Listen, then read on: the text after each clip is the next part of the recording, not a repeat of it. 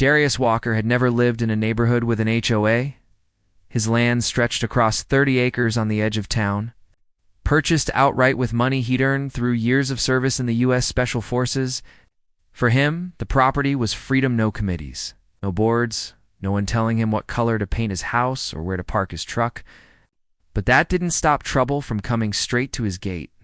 One Saturday morning, Darius heard tires crunching up his gravel driveway. He stepped outside, coffee mug in hand, and froze at the sight before him. Two men in tactical vests were approaching. Their truck parked sideways across his drive, with stenciled letters reading, HOA Police. The men carried radios and wore mirrored sunglasses. "Trying hard to look official, sir?" one of them barked. "You're under arrest for failure to pay HOA fees. Step aside so we can secure the property." Darius almost laughed, thinking it was a prank.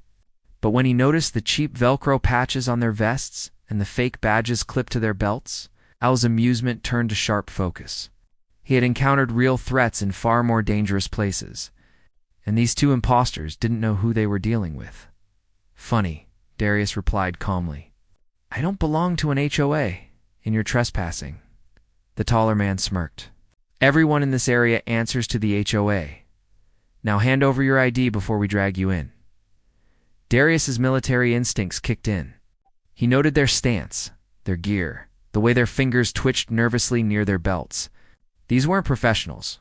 They were neighborhood bullies playing dress-up. Still, they could be dangerous.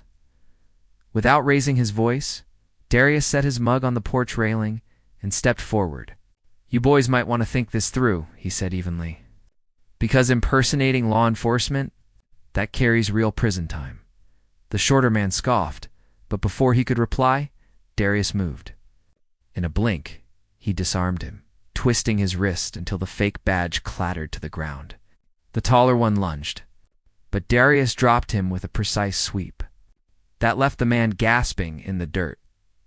By the time the sheriff's deputies arrived, called by Darius moments earlier, two HOA officers were zip-tied on the ground, humiliated and powerless. Darius handed over the phony badges and recorded body cam-style footage from his porch camera. The sheriff shook his head. "Looks like you caught yourselves a couple of frauds.